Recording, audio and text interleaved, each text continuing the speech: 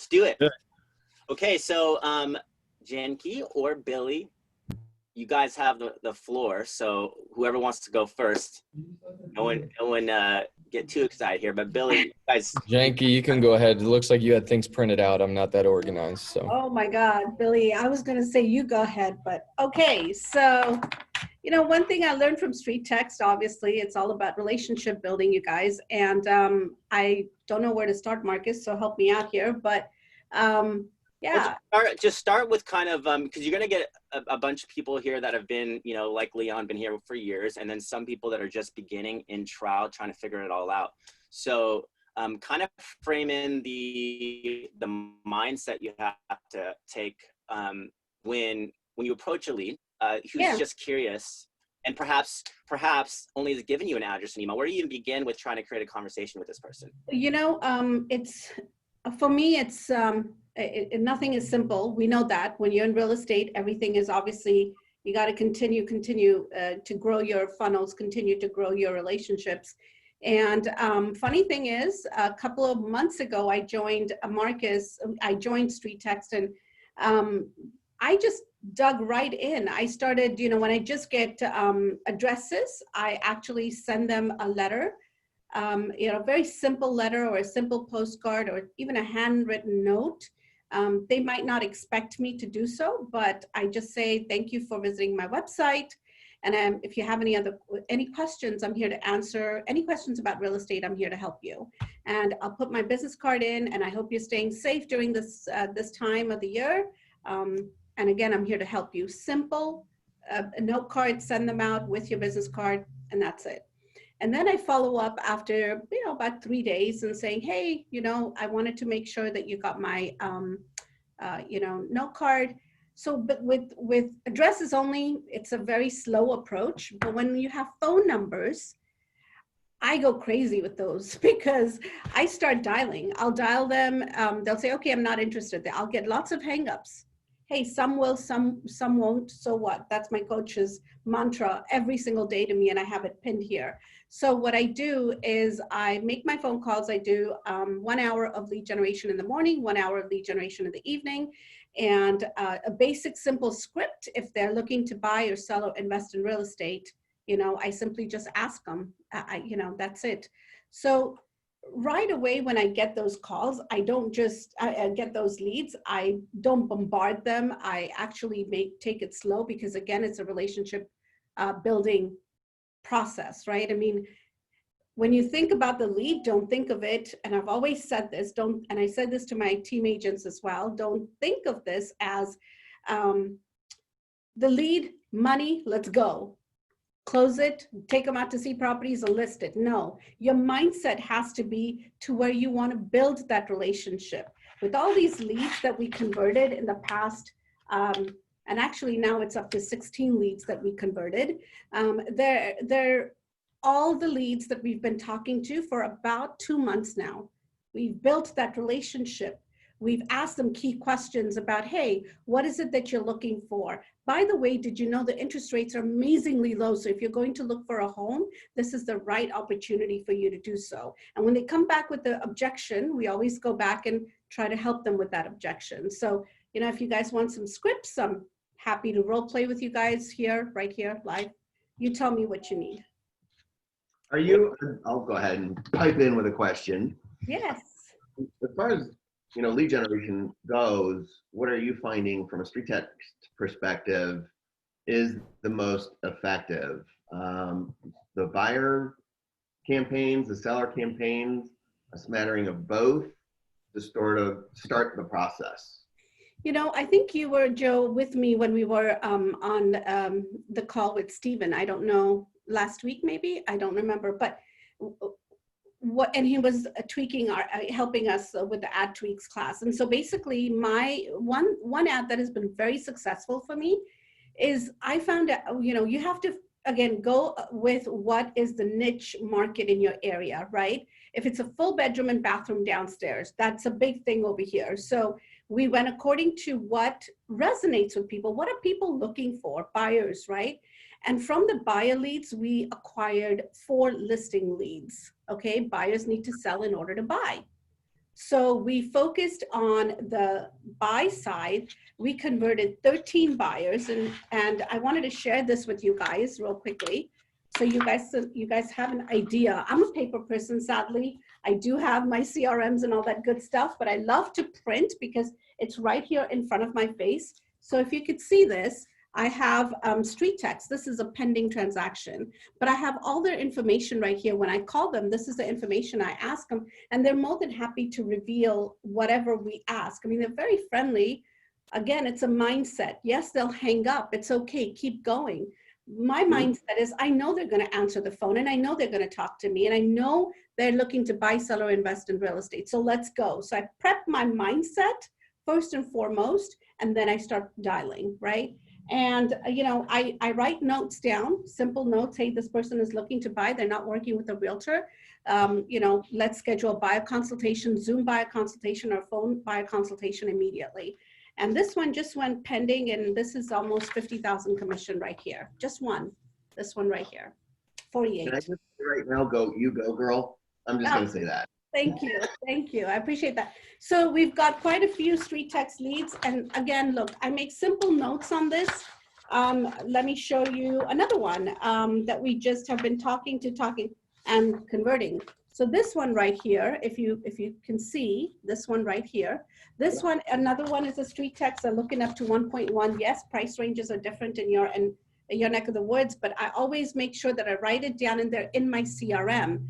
My Firepoint CRM, so I can send them a 10 days of paying campaign. I put them on that. I text them.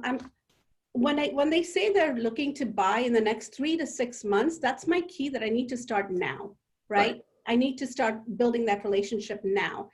I'm not going to be aggressive to say, hey, you know what? There's a house on 123 Main Street. Do you want to go see the home now? No, I don't even know if they're pre-approved. So guys, one thing I always tell these leads is it's a great time to buy at the moment. So tell me, where are you looking to buy?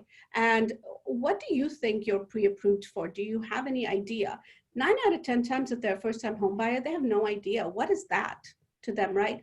Perfect. That's a great question. Let me go ahead and connect you to one of my top lenders that'll help you with the process and kind of educate, guide, and share market knowledge with you as well. How does that sound? That's it. And I send them over to my lender. Pretty cool. So you're really starting with the buy side as your major lead gen. You'll get listings out of it, but you'll get buyers out of it as well. That will turn into listings. I see that's pretty cool. It's different than. So so yesterday we converted 3. So every day it seems like we're converting, not just talking, we're converting. We're actually getting into a buyer consultation. That's what I call, if they're ready, willing, and able to buy in the next 30 to 90 days, that's called a conversion for us over here. And I put them right away into the buyer consultation appointment. That's called a conversion for us. So yesterday we converted 2. We have set phone appointments to talk to Janki for tomorrow and day after. We've got about 3 of them on our calendar to talk to tomorrow and day after. So those appointments are set. However, the conversions of buyers that we did so far is about now 15 buyers that we've converted, and you know, our agents are getting them pre-approved and ready to go show properties. So your first conversations of building that relationship is going to be important, coming from contribution and asking them what brought them to the web, you know, to click that ad of yours. What was it? You know, ask them that. That you and Steven did? What was that? The custom ad that you and Steven. So custom ad that Steven and I did was tweaks about the seller side, leads, seller ad leads that we did. But the buyer lead is still there, and we did it, I think, a couple of months ago, and it's doing amazing for us. I think the cost of that one is about $1,800, if I'm not mistaken, $2,000, and we've already went pending on 3 transactions on that. So, you know, almost close to 100,000. What was that? That's amazing. Would you share which ad you're using for the buyer? Yeah. I'll definitely, I'll have Marcus put it up on, you know, in our website, in our group, for sure. That's pretty cool. Thank you. So a couple So of key things there, Janki, is that, I mean, you say relationship. Mhm. I think that's like the number one top thing. One of the things that I see all the time is so many people going in for that transaction, for that deal immediately. And I mean, that's the sales breath, right? Right. And when you go in out of, like you just said that, I love the word contribution, right? You're adding to them, you're giving them something. You're asking questions about, what they're approved for, right? Mhm. And if they don't understand, I love how you like even frame like first time buyers and they don't understand maybe what that even means and what, okay, I'm going to connect you to a lend, like you're putting them in, like, they know then that they're in good hands. Right. And it's really like you're warming that up. And I think that's what people want, to be like cared for, right? They want to Right. know that they're in good hands. Exactly. They want to know they don't want to sit there feeling like they're being used. Right. And when you can get that, all of your language across like that, automations, even when you talk to them in person, it puts them at ease and at peace, that, like, now we can actually have a conversation. I'm not, my back's not up. I'm like, hey, and we're just two people having a conversation. I think that's Right. really, really key. And I think another thing, Troy, that I've learned from talking to so many people, strangers basically, and building a relationship with these strangers, is that when you ask them this key question, hey, what I'm trying to actually take a part of my script, so it might sound odd a little, but are you looking at, when I talk to them, I basically ask them one key question.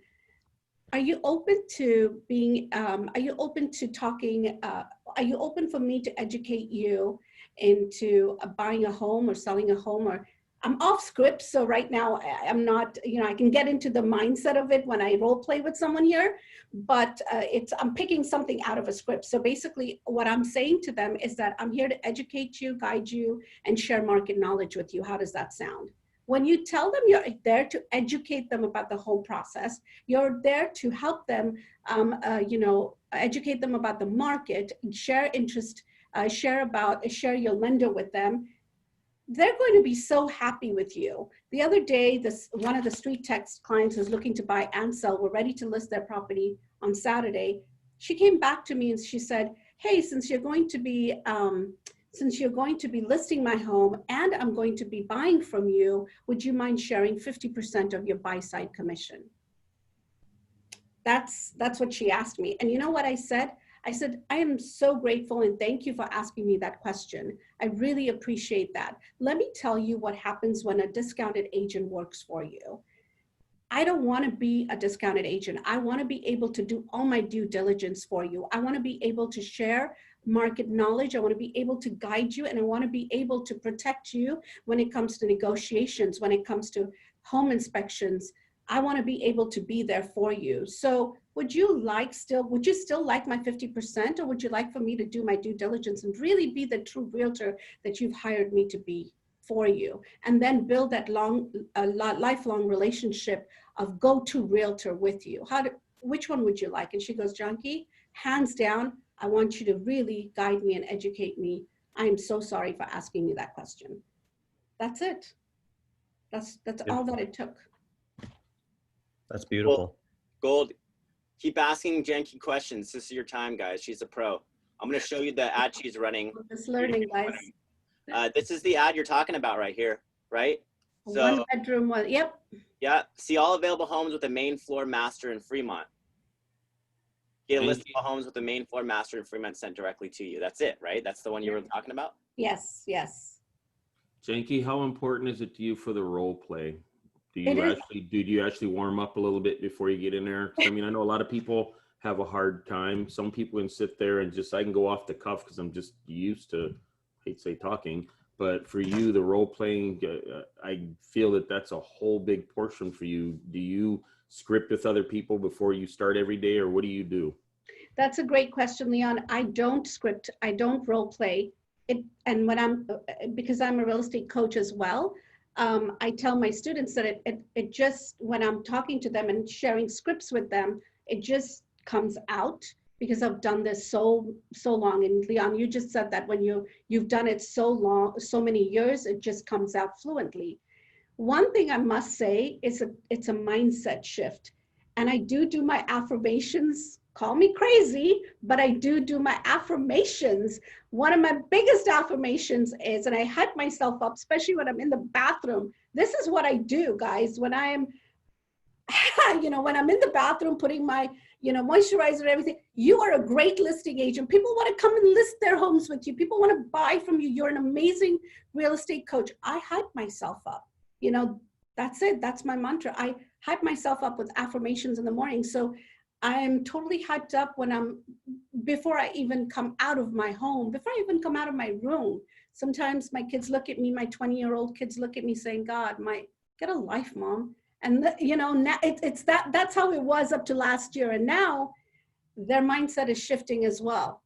Both of them, my daughter just got a real estate license and she's in public relations last year of, getting her degree. So she's also, getting into the swing of things. And she's been with me she's been with me in real estate since she was 5 years old. So she's going to be taking over so much of my business as well. And so my son, another thing is he has his own mentors because he's a foreign exchange student as well, a foreign exchange trader, not student, sorry, foreign exchange trader. And the reason I share this with you, because it's a camaraderie in my household every morning about pumping each other up, talking about what motivates us, what is the bold law for the day, we do that for each other and with each other. So when we're in our zone of lead generating, while my son is in the zone of doing his trades, we're focused. So it starts from within your mindset and then what you say to other people. Do you stand up or do you sit down when you're talking on the phone? I walk, I pace, I walk. Yes. I'll dial and then I'll say, okay, let's get up and let's start walking. I won't sit, no. Awesome. Any other questions for Janki? Question. And thank you for your time, Janki. This is really helpful to hear. Thank Do you you. run multiple buyer ads or that call out something specific like the master bedroom on the first floor? You run ads like houses with a pool and stuff like that too, or do you just focus on that one ad? That's one ad. I have had that one ad and I've generated quite a few. I don't know, Marcus can probably look and see how many leads I've generated from that. I have no idea. But yeah, there you go. Okay. And is there 282, or actually 297. There you go. Yeah. and how long? And it looks like a lead gen ad. So this one you've had running since May 11th. There you go. So this would be a Facebook lead ad, I'm assuming? Yes. So if I click on this one and click through, it takes us right into the Facebook lead form. And that's why you'll get a full contact. So what happens when I go next, it puts the phone number and the email. And then do you have an autoresponder set up there with? Yes. Perfect. Yes. So then, they submit and I will be getting an email and a text message, correct? Correct. Yeah. And then view home main floor master. So and they can actually make it.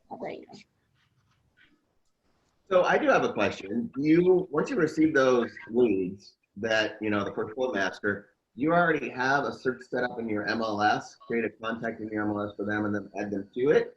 Or how do you start sending them that list? Okay, so I don't have them set up on anything yet. Remember, I don't want to bombard them, right? I want to build that relationship up first. So Sure. basically what I do is once the lead comes in and they get one text message and one email, I will pick up my phone and I'll start talking to them like, hey, thank you for visiting my website. I'm here to help you. What is it that you're looking to, what is your purpose of visiting our website? One thing. When I know that, and I wait to how they're going to say hello to me. I'll always say, hey, this is Janki from eXp Realty. How are you today? And 9 out of 10 times, I'm great, but you know what? I'm really busy right now. I can't talk. I'll say, no problem. Would it be okay for me to reach out to you later this evening? Now, in the evening, people are more flexible to talk to you because they're not at work, or sometimes they might be flexible during the afternoons. We don't know. So ask them, what is a great time what is a good time for you? For me to give you a call back. keep in mind, we're again in the relationship business. I can't tell you more than I am telling you now. Once you connect with them on that relationship base of telling them that you're there for them, it is about them and not you. It's about their needs, their wants, and what they're looking for, what they're going to be pre-approved for, and how you can help them save money, especially with the phenomenal interest rates and connecting them with the right lender. That's all coming from contribution. Now you're taking care of them, and they're going to see that and say, you know what? Thank you. I appreciate you doing this for me. Even when it comes to listing, well, what do you think your home is valued at? What do you think, what are the best features of your home that you want to share, that you would like for me to share in this listing with you, with other people, you know, with other potential buyers?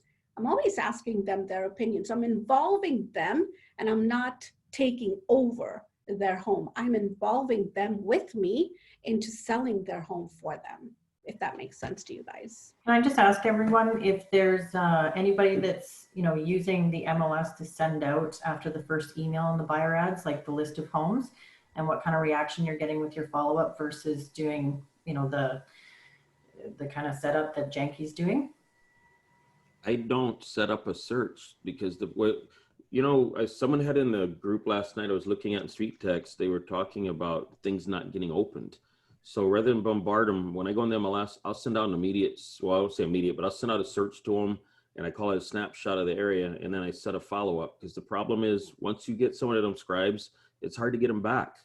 So Right. It's easier to send them something and then do the follow-up, and easier to do the phone call than to turn around and all of a sudden here they put you on a list where they block you. Because right now everybody in the States is getting spammed with all the advertising for presidential campaigns and all this and all that, and governors and all that. So right now you have to be very careful, because there's just such a deluge of emails and texts and phone calls going on that you just don't want to be the one to get ignored. So just send a snapshot, do a follow-up call. And the question for you is, if you have 400 people or 200 people, even 100 people in your list, why would you want to take all that time to send to them when in reality, probably only 1 or 2% is really going to react to what you're sending then anyway? So once I get them on the phone, you're talking to them, custom what they're looking for, send it out then. But I would not save stuff, because then your unsubscribes and your blocks are going to go way up. I totally agree with Leon. What I do. Completely agree, and Janki, thank you for suggesting that. I got to get out of the mindset of automation, because it's about personalization. It is about Right. one-on-one. And besides, with our MLS, and maybe a lot of yours too, people have to actually opt in to receive notices. So to have a conversation, to talk through stuff, be a person, that is the pinnacle. That's the goal. Yeah, and people don't want to get text messages. They get irritated a lot. So when you're on the phone with them or sending them a nice note card, you know, saying, hey, I'm here for you. Is there anything else you need? You know, again, like I said, 2 things, like Troy even mentioned, it's about relationship building, and it's about coming from contribution.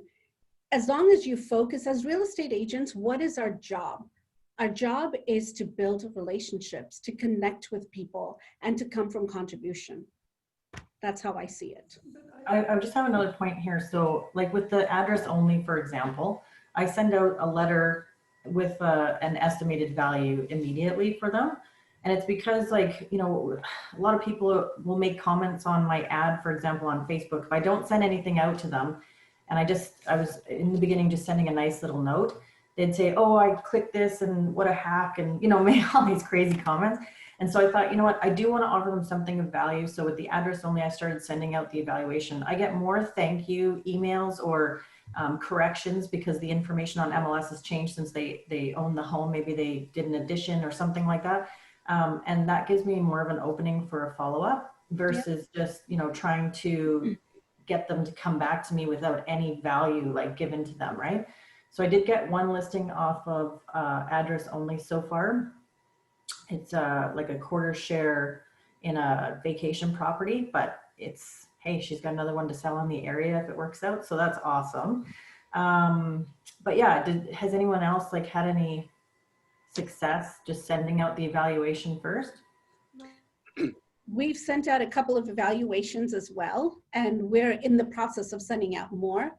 We got 2 phone calls last week saying, thank you for sharing. One said, I have a friend that's looking to sell, but we were looking to refinance. Can you connect us to the right lender? Absolutely. And of course, in return, I got, you know, a friend of hers that wants to sell. So it does help. It does help to send out that note card. It does help to send out those evaluations and connecting them to the right lender. Yeah, absolutely. Hey, let's segue this into Billy, because Billy, you've done a lot of great, you, Billy. I'm going to call on you, buddy. Open up your mic and talk to us a little bit about the process, you know, kind of moving from buyers to sellers, and then we can kind of merge us together. And Janki, if you have anything that you learned from Billy, please share. But go ahead, Billy, share what you've learned so far. Okay. I bombarded Marcus last week with everything that I've been doing. And he was like, oh my God, you have to talk to everybody about it. So I was like, okay. But to give you a background, I'm on a team in Central Florida with like 17 agents. I'm the lead listing agent. So Street Text is a tool strictly for listings. Like we'll probably run a buyer ad at some point and that'll be great. But I've never run any of those. So all I can do is help with the mindset and kind of what we're doing on the listing side of things. I think that's important to say. So we're doing a little bit of everything and I talk really fast, so I'll try to slow down. But what we do is basically, I want to know, did you say that you're selling within the next 6 months or not? And you're going to go into like kind of different funnels.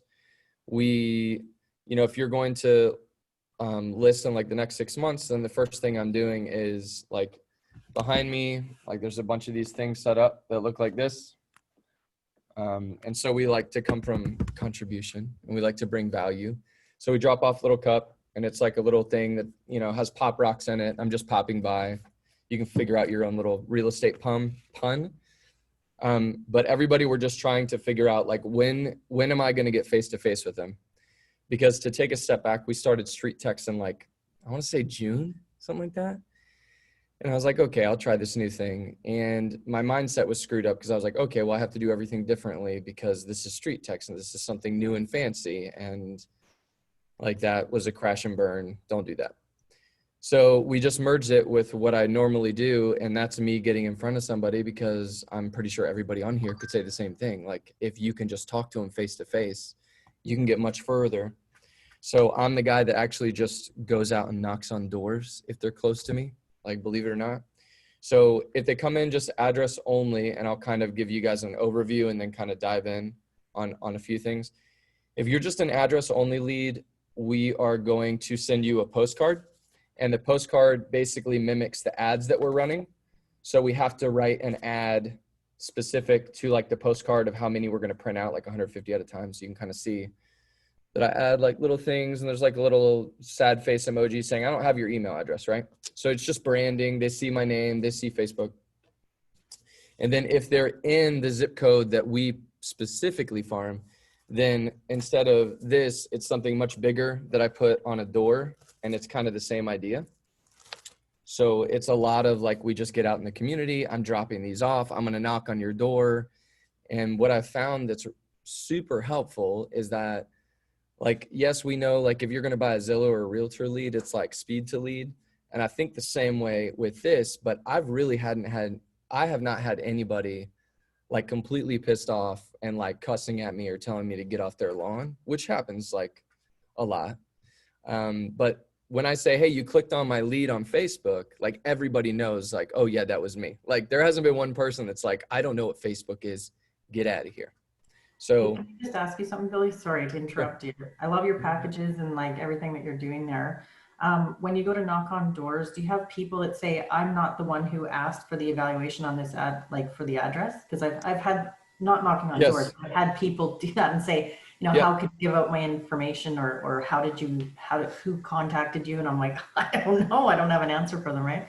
Well, that happens to me, and on my phone, because everything I do is on the drive, I literally just pull up the drive like while I'm standing in front of them and be like, well, Stephen Smith like asked for this, but if I'm going to go knock on a door, I'm also just going to cross-reference county to see if that person owns it every time, just because that's kind of what I do. And then I still show up at the door. Hey, that could be your landlord. I don't know. Maybe they're wanting to move, or like, do you know who this person is? I just use it as an excuse to like create a relationship, just a conversation with a person. So nobody's ever been like super upset. I've had a couple pretty awkward social encounters where we're just staring at each other and it's like, all right, I'm going to leave. This is weird. But like, that's just normal in everything that we do. And if you're not encountering that in real estate, you're not doing it right. Or you're certainly not like trying hard enough.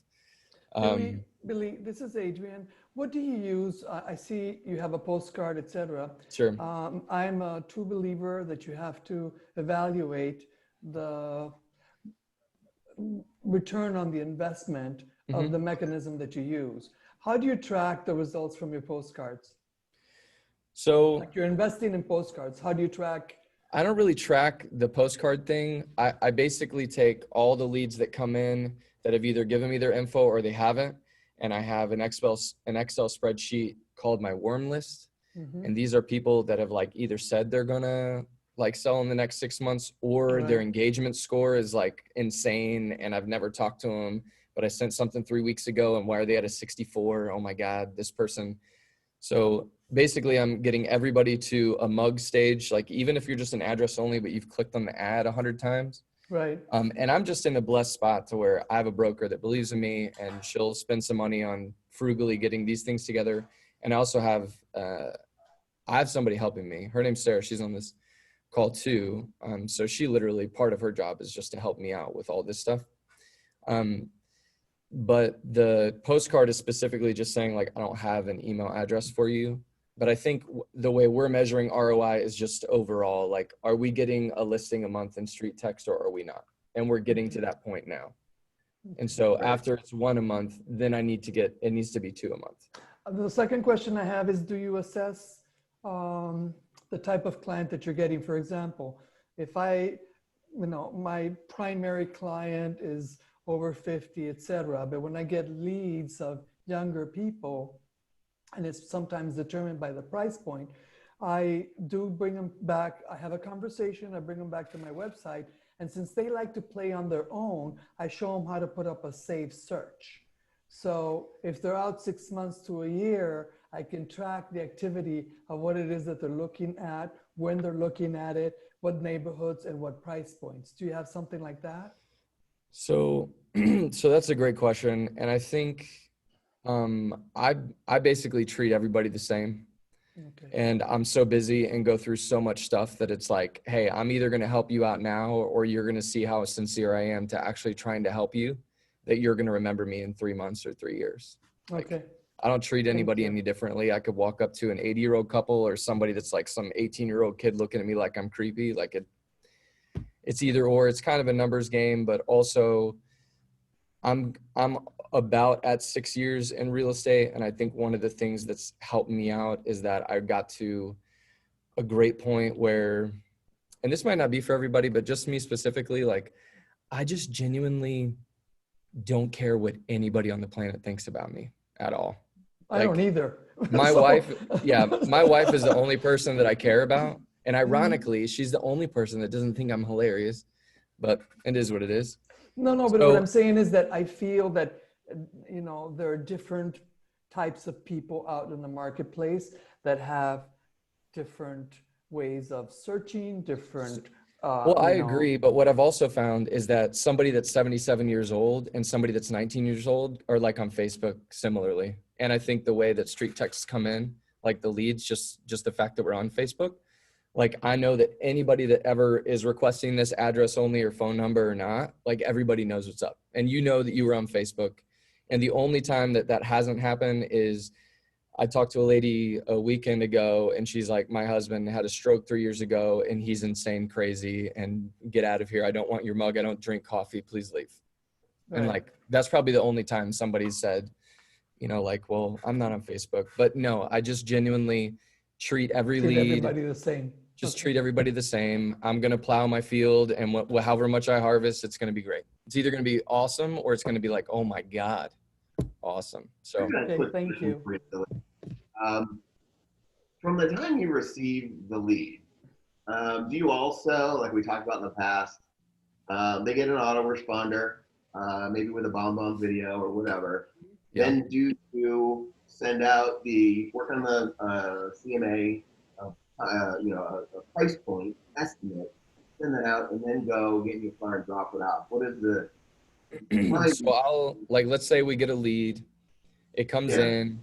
What I need to do immediately, because I know that auto respond email that just says, hey, let me know if there's anything updates of your house. Because I went in and did my street text tutorial and I was like, I'm going to do this. This is the first time in my life I'm going to get organized and do something. So I did step 1 of 100, and then I kind of like looked at something else and I fell flat there. But they see that first email that I created, which is a video of me, and then sometimes people respond to it. I should immediately create the CMA, but I'm usually lazy and I just do them in batches, maybe every like 3 or 4 or 5 days. Like I have probably 9 or 10 that I need to do right now that I should have done on Saturday. And I was like, oh, I got a wedding, and then I'm going to go hang out with my kids. So I should do it faster. And I found that speed to lead on these listings is like fantastic. Nobody's ever like upset that I show up with a gift in hand.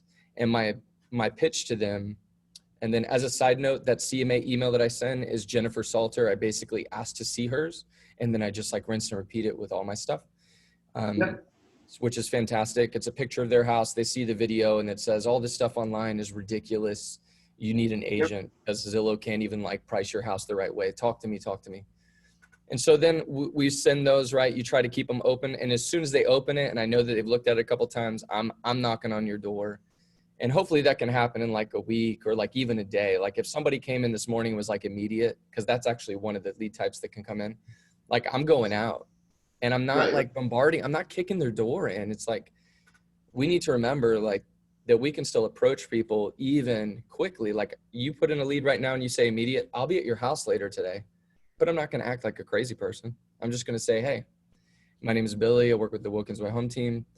I run Facebook ads. I saw you clicked on it. I don't know if you were just messing around on Facebook or actually wanted to know what the value of your house was, because I totally get it. But you had noted it was immediate, and I wanted to let you know that I heard you and I saw that, and I just wanted to follow up. Is there an immediate need? And nobody's going to be upset, right? Yeah. Maybe, and then knocking on the door, as opposed to I got a lead, they get my autoresponder, I'm knocking on their door. You do the custom first, and then go to their door with the hey, the drop off. Yeah. And I'm going to say in person, I need to find 15 minutes so I can do a walkthrough of your house to find the condition, because that could determine if the value needs to be higher or lower. Sure. And that's it. That's my pitch. I'm just trying to get in. Do you use BombBomb to send all your videos, or Gmail? Yes. Just BombBomb. Through BombBomb. Log on to BombBomb.com and figure that stuff out. I just wanted to make sure that what's being sent is actually being opened on their end. Yeah, I don't like using BombBomb as an extension of Gmail, because then all my emails and it just gets convoluted. So I just do it on BombBomb, and you need to check every week, like who hasn't opened the email, just resend the last one. And then I get emails. I know when I send videos out on like Saturday morning or like Friday night, and I know who opened them. And then I'm going to follow up after that person. And then I'm going to go after them. So I'm using like, what's the engagement score? That's going to direct me towards like where my thoughts and focuses are. Time to get out and start knocking on doors. Yeah, it's something weird. Like, I don't know if it was like COVID. Like, I certainly wasn't knocking on doors in COVID. Like, that's creepy. And I get that. And it was like illegal. We're still allowed to do that where I'm at. Like, we're not allowed to go door to door. Like, I'm allowed to drop a flyer off on someone's doorstep, but I am not allowed to knock on their door. We're not allowed to do open houses either. Then I would do everything that I could short of that. And then one thing I've seen that's been working really well is you go and you buy that. Have you seen those like companies that pop up that have like the signs for the happy birthday in people's yards? You need to go get those signs and put them in somebody's yard or something. We did that for a client. I'm sorry. But I totally get, I'm in Florida and it's just a little different here, and I get the other states are different. So I'm not sure how to curtail all that. Yeah, we're not allowed to do that either. No open houses or no drop-bys or, dropping anything off at the home. There was a time when we couldn't send anything out in the mail either. So it was a little tough. Now it's getting a little better now.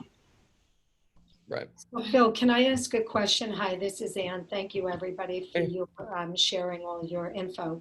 So your warm list, your spreadsheet, How do you follow up with those people? Do you do a monthly mailing or do you do a quarterly mailing? How do you deal with them? So that's a great question. So my whole filter process, if I were to describe like the whiteboard of like how it gets from one side to the other, is like Street Text automatically has like those emails that they're going to send up with, like that's already structured, the 30 days, I think there might be like a 60-day one. But I'm going to do everything that I can to try to get to the mug drop off. Once the mug drop off is there, if I've talked to them, that goes one way. If I haven't talked to them, it goes another way. So then they're going to get a mug video. Hey, did you get the mug? I'm following up. And then, or I'm going to write like a handwritten card, you know, on company stock. So we're just marketing over and over. Hey, thank you so much. And then after that, it's going to be a video text. Like I'll just make a video and like text it if I have their number, or make just a video bomb email instead of like the one that I use for the CMAs, like the first one I send, that's super sophisticated and structured, but the other ones are just videos. So after that 30-ish days of the handwritten note, the video, and then the video that I send out through BombBomb, which is one that I've recorded for everybody, just saying, hey, I wanted to know what you thought about the value. Then I'm plugging them right into Viral on the back end, who we use to send monthly or like twice a month emails, depending on which month of the year it is. So it's basically, I want to capture everybody in Street Text for the first 60 days that I can. And then everybody gets kind of filtered into Viral and we'll see what happens. But in that first like couple weeks, I want to do everything that I possibly can to, you know, make sure that they're getting stuff. Like I'm hitting them enough times to where they could certainly raise their hand, and I'm going to track them with the engagement score to figure out, like, I don't care if you said you're going to list now or you're just curious, like you're all the same to me.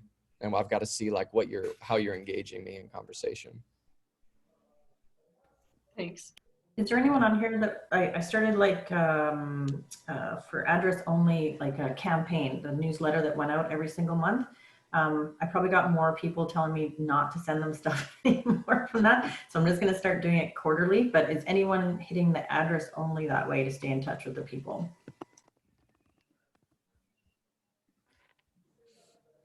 So what we do, go ahead. Oh, no, go ahead.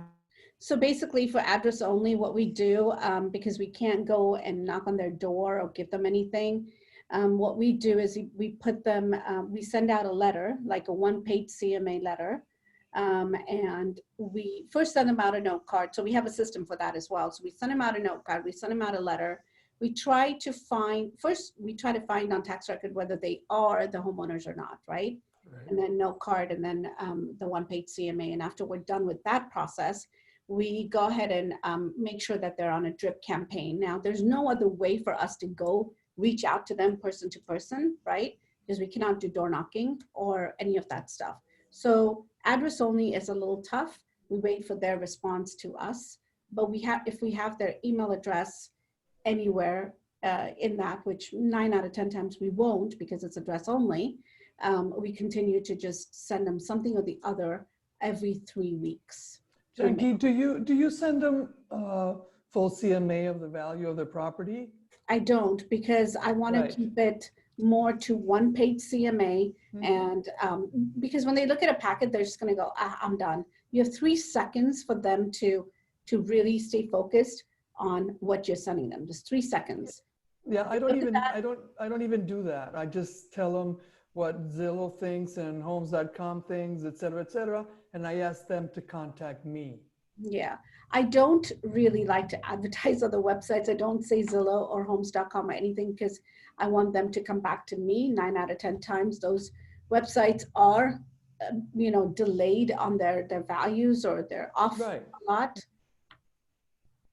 So I don't really. My letter just says, I am sure that if you've gone to Zillow, Homes, and Realtor.com, you found these different values. Right. So if you really want to know what your home is worth, we need to have a conversation. Please call me. So I don't mind. I know people go online anyway. I'm just asking, since you didn't give me your email, please call me. Sometimes they do. Sometimes it's like, it's a small one-pager. You gave them a little bit of information, and you're not promising that you're going to list their home. You're just telling them, I could give you something of value back. Right. Okay. Sorry, what do you Including your CMA, sorry, what do you put on your CMA? Do you put like all the how many solds, or what do you do? Are you talking to me or? Yeah, sorry, I'm talking to you. Is it Janki or Janki? Janki. So on my CMA, I just put down values that have been, your property value could be more than you can think of, especially in this market. Let's have a chat really quickly to really get to, so I can get to know the value of your home. Very simple, very to the point, asking them to, and always putting that call to action there. Let's talk, because your value might be off what you're seeing online. It could be much higher than that. I don't know what your upgrades are in your home. I'd like to get to know what's in your home and get to know your home better. So please contact us. Okay. Yeah. Okay, thank you. You're welcome.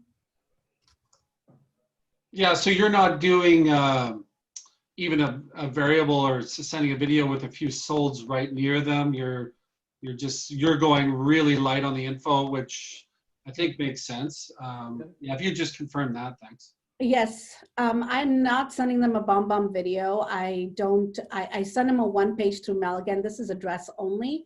If it's something else, I do send a quick video, but I tend to stay away from sending out video because I want them to contact me.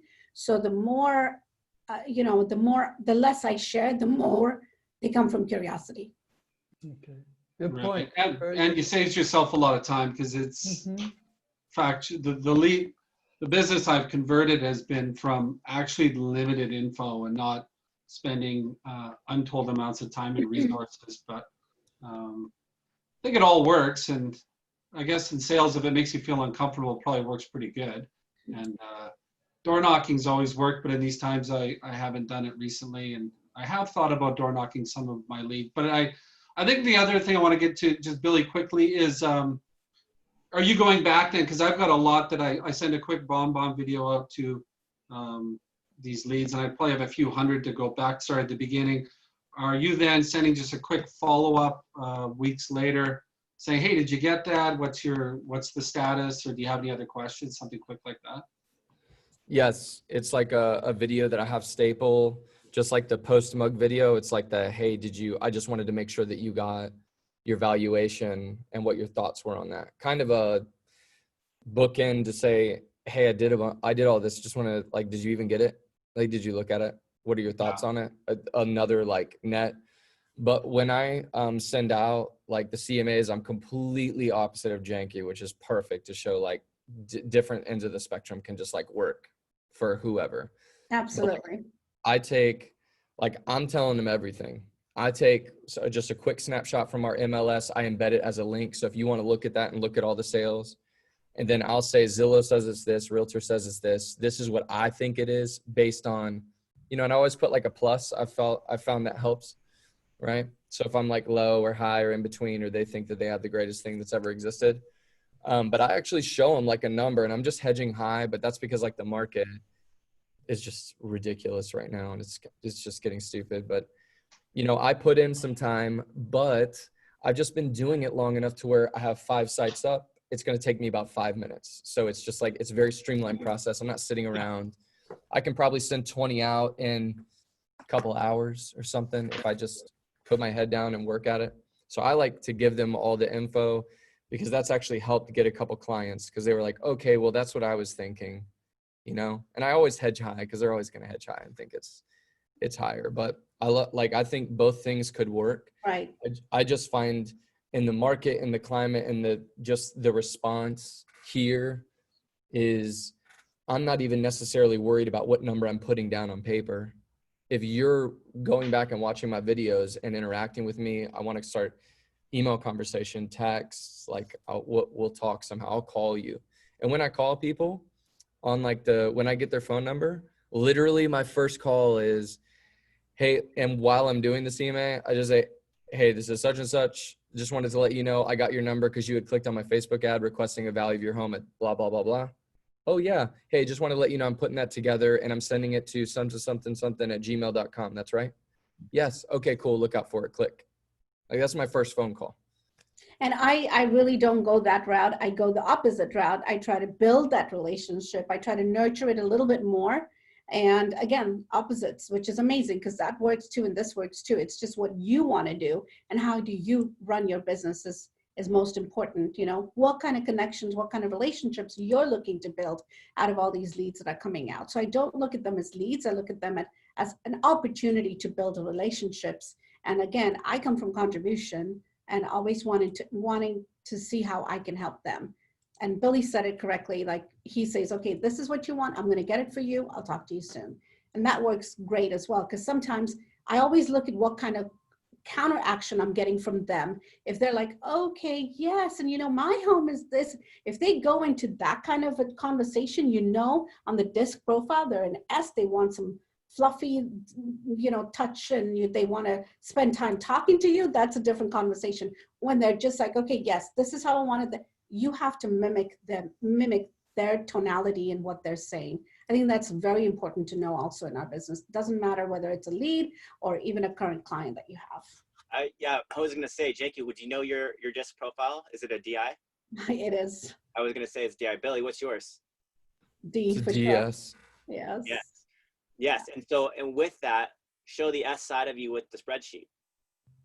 Yeah. Right? The spreadsheet that you have and people are asking about, very methodical, right? And you're meticulous, you write everything, you have it all detailed out, where Janki just, you know, writes notes on her paper. Yeah. Yeah, you know what I mean? I like paper too. I'm not hating on paper. It's okay, we can compare. But there's no one way to do that's the point. You have to find your way in a way that works. Obviously, if you're not getting conversations initiated, then you need to change it up.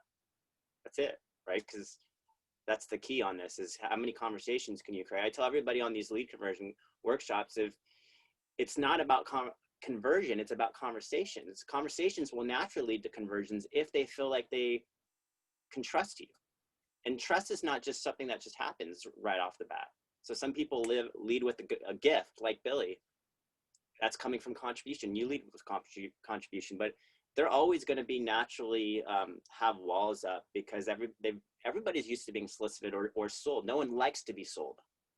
So if it feels salesy, it's not going to work for you.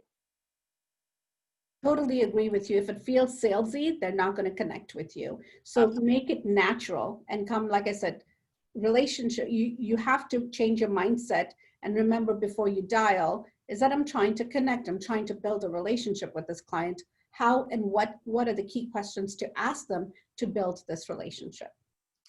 I have 2 shares that I want to highlight before you guys go. I know we're at the top of the hour. I have George, you've been wanting to talk about the pretty cool listing, so share that. And Curtis, I know you came in last second. I haven't shared your video, so you can kind of give us a cliff note too. So 2 quick shares, go ahead.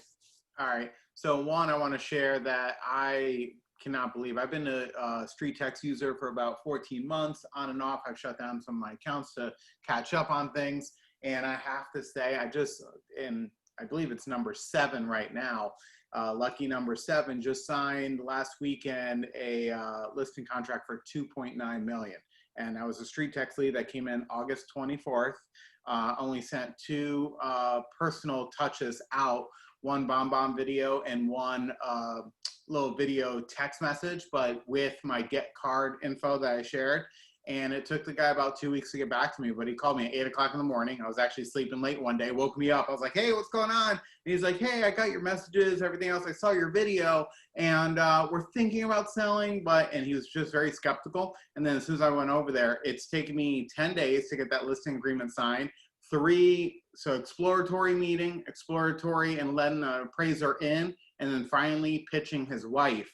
His wife was 3 hours long. But the thing is, they're going to be selling for about let's say 2.7, 2.8. They're looking to buy between 2.8 and 3.6.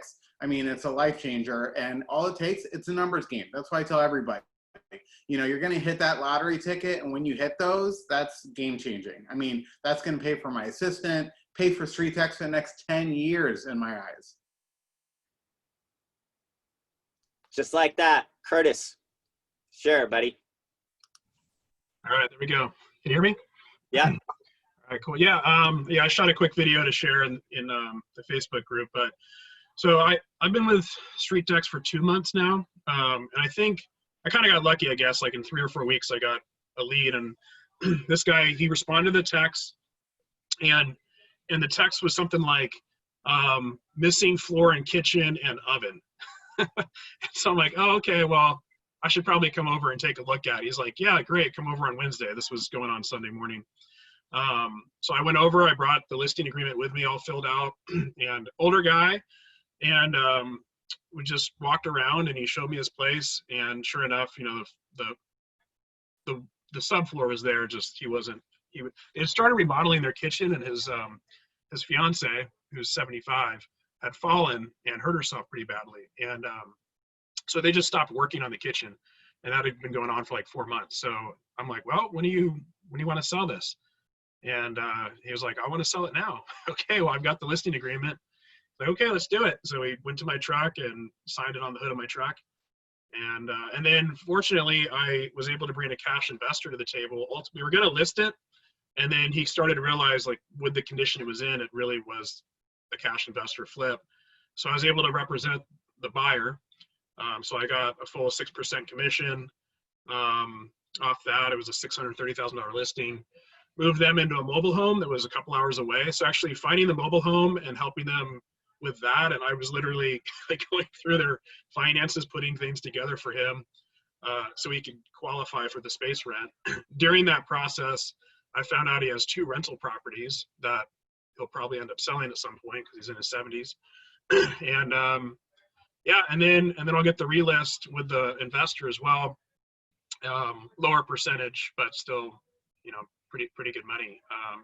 So when it's all said and done off that one deal, I think I've cleared about 35 already off that, and with the relist, that'll bring it up to probably 45, 47,000.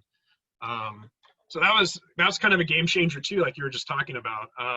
It gave me a lot of fuel to keep spending on advertising and marketing. And then yeah, I've got a listing appointment tomorrow with a home that's $1 million home. He is interviewing me and 2 other agents, but that was a just curious lead that came in. It wasn't even a sell in 6 months or anything. But he was like, hey, we've been emailing back and forth. And I was like, okay, great. Even though I've never emailed him except for the bomb, there was no correspondence, but he just called me up out of the blue and wanted me to come over. So, and then I'm corresponding with someone right now on text. So it's cool to see it working, the process. And speaking to the video CMAs, I saw you posted something in there, Curtis, that's like you got it down less than a minute now and you're getting better open rates. Explain that real quickly for people. Yeah, so I was originally doing the whole just like a canned video with the what does the internet think it's worth, and I'd go to the 3 sites and that works. I know it works for people, and I was trying that. But my open rates, I think, were maybe, I forget what I said, like less than 10% on those videos, the play rates, I should say.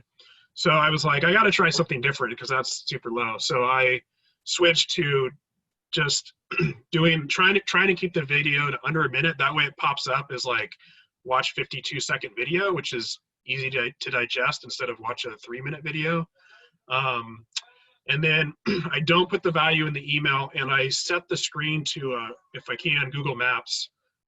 So they're seeing their house, so they recognize it. So the same concept of the other templates where you put the picture of the house in there, but I'm just doing it on the BombBomb. So they have to watch the video in order to see the home value. And then I think I checked it. I was at like 55% play rate after doing that for about the last 3 weeks or so. So you really put no data in the body of the email other than the image of the house. And basically, if you want to hear any or get any other information, you've got to watch the video. Yep. Minimalist. Exactly. I mean, and I do that, and then underneath that, I say something like, if you want to sell your home with the least amount of stress and in the time frame you want, give me a call. Pretty short and sweet. That sounds cool. So, I mean, the takeaway is that there's no one way. Yeah. Right? Your way, George's way, you know, Janki, like it all works if you work it and you're consistent with it and you measure it and you're open to learning and you just try it. I mean, I think that's the key. just saturate yourself in the insider group, saturate yourself in these masterminds, and you'll pick something that you really like and you'll take and run with it. Because everybody's going to be unique. It's got to be authentic to you. It's not going to, you can't force yourself to do what Donna does, or, you know, what Jennifer does, or what Wendy does, if that doesn't feel natural to you. Yeah, I think that's some of the big value of Street Text is just the overall mastermind of the Facebook group. I don't get in here too often just because I've had a standing appointment, but I'm pretty active in there, and I get so much information from other people, and I watch these videos after the fact, and I mean that alone is worth it, even if you didn't, you know, even have the ad side of things. Just the mastermind group, I've gotten a lot of value out of it. Any last second takeaways for anybody, or any shares they'd like to talk about before we let you go? Just for anyone in Canada, I just wanted to know, I was just kind of messaging out there to see who was there. Because we don't have like HomeBot and all these different programs that are in the States and Canada available to us, I'm wondering if like how you're handling your CMAs, like when you're sending them out to not like, well, the people that have their email and everything. Are you doing a full CMA, like with your listing presentation and everything included? Or are you just sending like an informational email, you know, with their estimated value? Estimated email just for a snapshot for the area, because if you give them all the information, they have no reason to talk to you. And you know, when you're out trying to get a touch from somebody, you know, and they say, you know, 7 to 12 kind of things back and forth before you get something, if you give up, but you know, the saying is always, why buy the cow if the milk is free? So if you're sending them all the information ahead of time, they have no reason to talk with you. So you give them something of value, and so it's not just a total waste of their time, but enough to make them want to come back to you to be able to, you know, complete the engagement. There's one thing I'm just going to add on to that. I have to remember that myself, but also just throwing this out there regarding HomeBot. You know, in this day and age, and this happened to me twice already, in this day and age of so many agents being out there, people have less than an attention span or less than a goldfish. I had 2 people say to me so far, hey, you know, I saw the HomeBot value you sent on my home. It was way low, and I went with another agent. And it kind of freaked me out a little bit because I don't have control over the automated value that goes out on a regular basis. And I don't want to give, and because my name is attached to it in their mind, I was basically saying, this is what I think your home is worth. And if people see that, they're very particular about their home value, and it's $10,000 less than what they think it is, they're going to think twice about calling. And I'm not saying don't use HomeBot, I'm just saying that's been my experience. I just wonder sometimes too, how many people I'm not hearing that from. That's all. Joe, we use HomeBot a lot, and I will tell you in my area, which is South Orange County, California, we've got tract homes and we've got custom homes. And for the tract homes, HomeBot is spot on.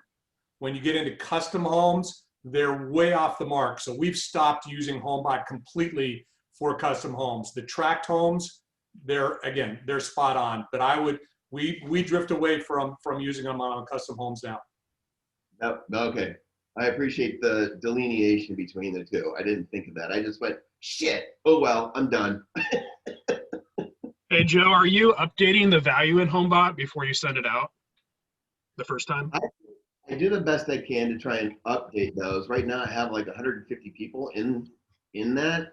And it becomes a time management. It becomes, but also what Jeff just said, a separation of, yes, we have, you know, tract home areas that I could use it for, but for anything else, like historic homes or whatever, probably not the best use.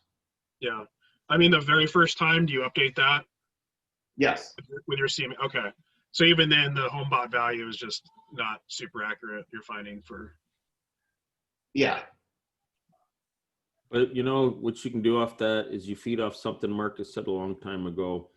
You feed off the fact, I just tell them that my HomeBot things that go out are showing what the internet's best guess and what the internet's saying about their home. Always make a negative a positive. And so, you know, everybody has started with Zillow or something anyway. So now when I come back and I do the snapshot of the neighborhood, and then I turn around and I'll give them something. I had one yesterday that was like 50 or 60,000 higher than everything around there. And people on HomeBot have been complaining about the prices. So I just tell them, hey, I just wanted you to see what the internet is thinking your home is worth. Because if you're going to be the expert, drive them to you. And I just tell them, you know, if you go look at Zillow, Realtor.com, Trulia, Homes.com, all that, you can see they're all over the map. So I wanted you to see what information, public information is going out. But now that I got you on the phone, let me give you a more accurate assessment of your home. And so the bottom line at that point does come down to follow up. Don't wait for a week to get a hold of them. Get a hold of them and send them something. And I'll go into HomeBot and I'll update the price in there then. And I'll still send them an email or something to follow up. But the bottom line is, if they're engaging, you need to engage back and explain to them and let them understand why the numbers are what they are and why you're their expert to talk to. That's funny because we just sold our house and HomeBot came back with a value right before our appraisal came in. And we're like, oh my God, that's ridiculous. Guess what our appraisal came in at? The same number as HomeBot. I'm like, oh my God, I think appraisers are using HomeBot. So yeah, they're pretty accurate here, unfortunately for me. But anyway, I just wanted to share real quick that I did just close on a street check lead, so I'm excited. And I have been moving, so I kind of paused all my ads for about 2 weeks because it's just been so overwhelming trying to get everything done. But it's super cool because I'm still having conversations with people and I still have an appointment to go meet somebody that was, you know, from months ago. So even if you don't, you know, you need to do that, it's okay because you have so many people in the pipeline that are getting followed up on from this funnel that, you know, the funnel's doing the job for you. And then when they engage, like Leon said, you just need to make sure you engage too. So exactly, Wendy, you're right on, because again, it's a relationship that you've built, right, with these people in the past, and you just continue to follow with them. Relationship, and you're coming from contribution by sending them all this. So those are the two things. I mean, that's who we are as realtors. That's what we need to focus on. And again, obviously focus on your mindset and your affirmations. One thing I also wanted to note what Leon said is that they have 3 to 5, I mean, in my opinion, when you send them the 1-page CMA, they're going to look at that 3 to 5 seconds. They're going to go straight down, bottom line, what is the value of my home according to the CMA? That's just human nature. I do it. I'm sure you would do it. You don't want, some people want to see every little detail, but when you send out a 1-page CMA, that's what they want to go to the bottom line. And people like to see the bottom line. Again, keep in mind when you do the 1-page, I always put a disclaimer. I've not seen your home. I don't know what upgrades you've done. I could be wrong. I'd love to come see you. So when is a good day for us to connect? Janki, do you do an estimate or do you just give an actual value with that disclaimer? I actually just give them an estimate because again, I don't know. Sure. You know, I don't know the value of your home until I come in and see it. Right. I mean, in range. So like it could be between here and here or higher based on upgrades. And that's why we use the plus and the negative sign as well. Just like Billy, I think, does that, right, Billy? Yeah, I give a range, but in the video that I always make sure that I say in the video, look, this is just, I've never seen your house. We need to schedule 15 minutes so I can see the condition of your home because I have no idea.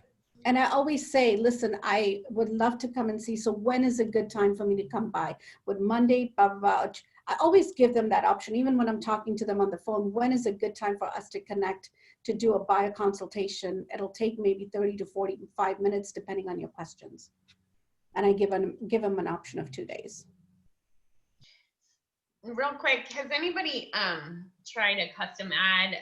I heard that a lot of people are like moving from big cities to more rural areas.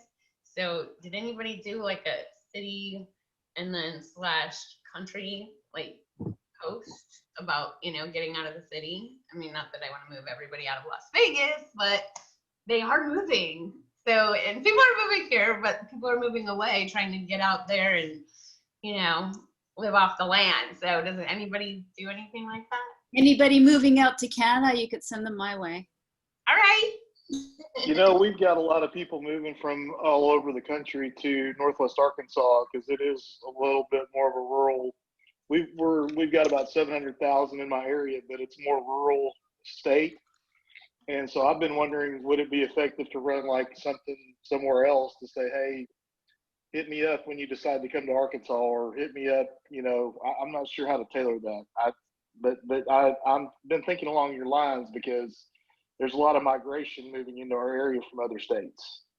So well, for that, Eric, like I have Facebook as my CRM. So all my out-of-state agents, I have tagged as out-of-state agents.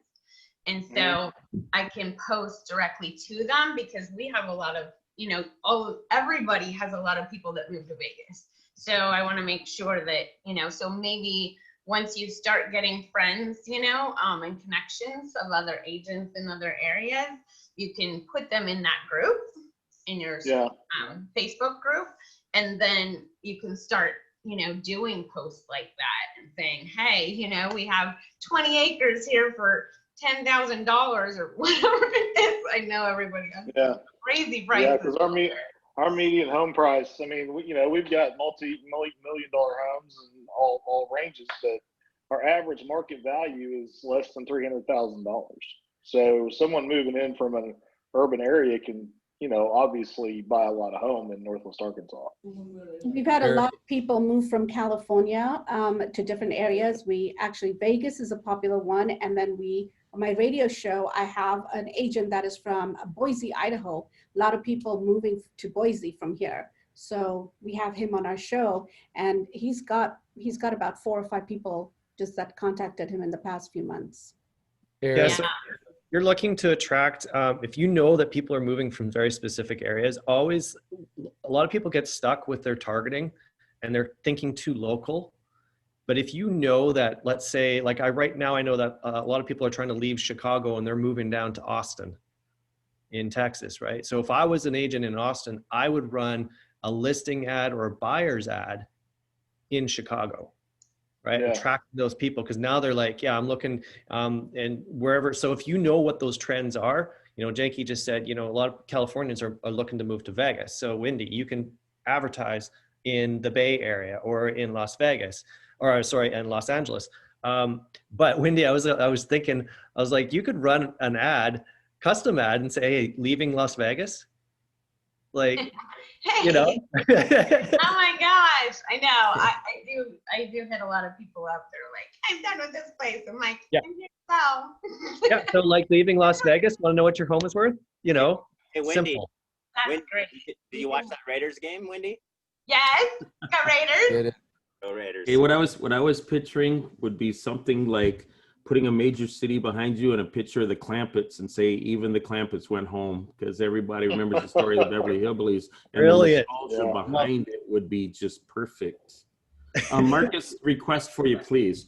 Billy, I got to not that hillbilly. I got to thank you today, because like I said, that postcard was kind of answering something else I've been doing.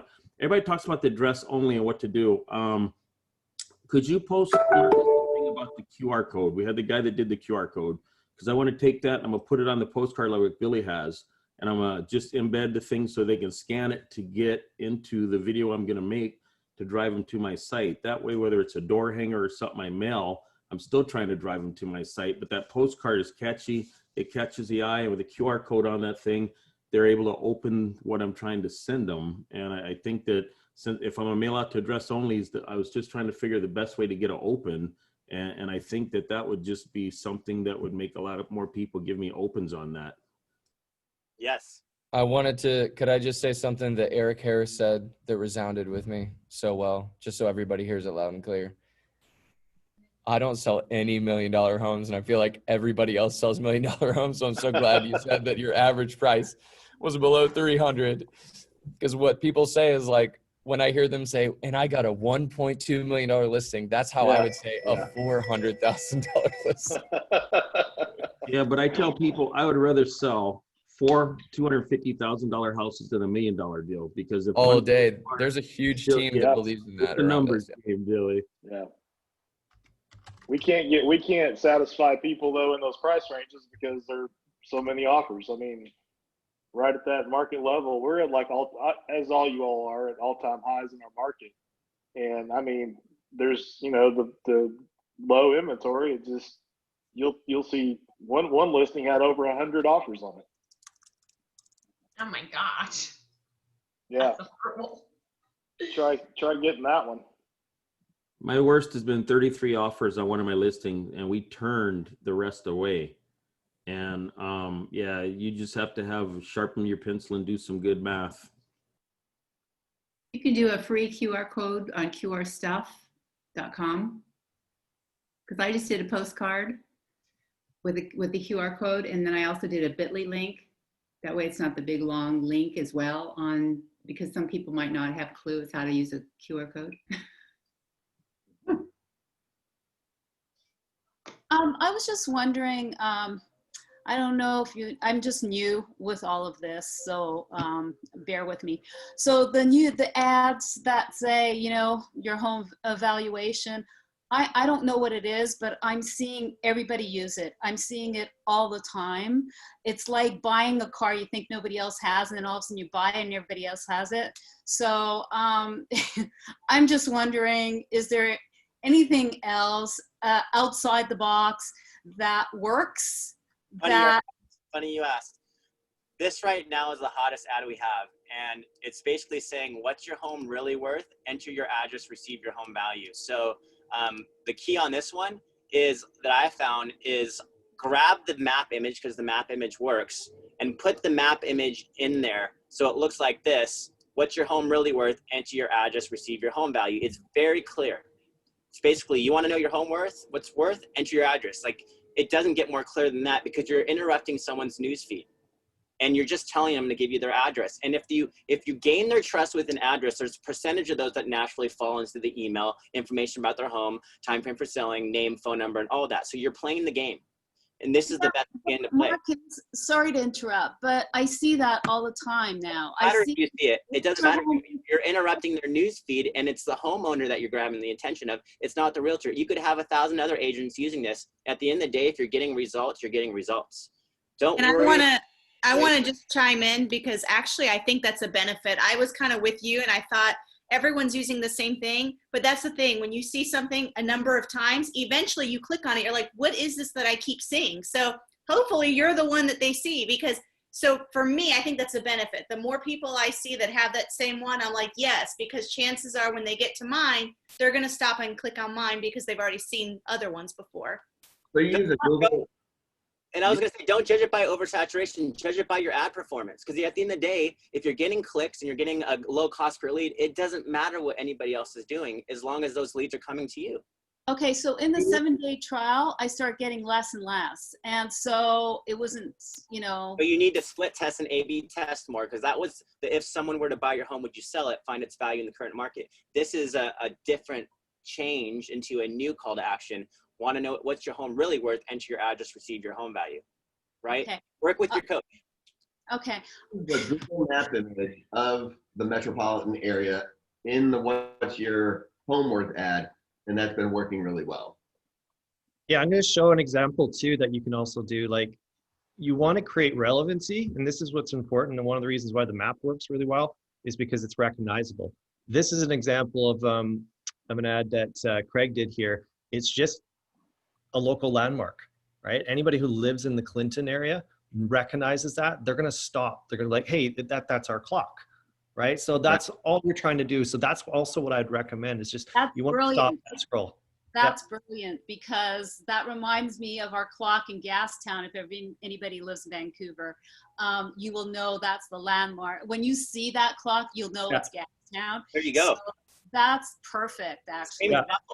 Same funnel though. So same funnel, enter your address, receive your home value. You just put in the clock, but you split test the clock and you A/B test the clock. So no, don't just run the clock, try it against the map with the same funnel and see which one. Run 3 ads with the clock, 3 ads with the map, let them compete for the first 24 hours, let the results speak for themselves. That's the split test versus the A/B test, right? The split test is 3 of the unique same ads. An A/B test is a slight variation. That's how you truly measure things. But that funnel right now is getting 65% click to contact ratios. The average address is about $1.50, emails below $5, like $4.50, significantly lower than the other one, and phone numbers down below 15 right now, as opposed to the 18. So you want to test out that funnel for sure, and I've been getting great results with it. And yeah, so I'm just trying to get more comfortable with this whole social media thing. I've been very ignoramus about everything, and when I first started, I had no clue that aside from my personal emails that I was sending out to the leads, they were getting automatic emails. I had no idea, and I'm going, oh my God, they've been bombarded with Julie, and I didn't even know about it. You know? And I'm so embarrassed. No, Julie's a text message. She automatically sends text messages and then stops after 5. And if someone responds, she automatically stops. The emails are just generic email templates coming from you. So they would be thinking they're getting emails from you. And again, it's a numbers game. So a certain amount of those were opens, certain amount of those are getting click-throughs. And, you know, we've seen many times where someone says, hey, I haven't got something yet. And then it begins the conversation. So it's not necessarily a bad thing. It's a touch point. No, because it was a bad thing. Because what I was doing was I was emailing from my own, like my Gmail, like my own account. I wasn't doing it through the street text email. So because I didn't know. And so I know y'all think probably I'm just like a little bit ignorant. I am ignorant when it comes to social media. But anyway, but then I noticed that there were emails that were automatically sent to these people and talking about, what did you think of the evaluation? Well, I hadn't even sent the evaluation. What are you doing? You know? So this is where I got a little bit freaked out. Well, you know what, you're here, and we'll work on it one email at a time, because the key is now you can actually go back and start customizing those and personifying them and putting your videos in, email signatures, fun questions. That's the key. Because there's only a percentage of those that get those anyway. So it's nothing that can take away. That's just supposed to be there when you can't be there, and it drips on them with your personality.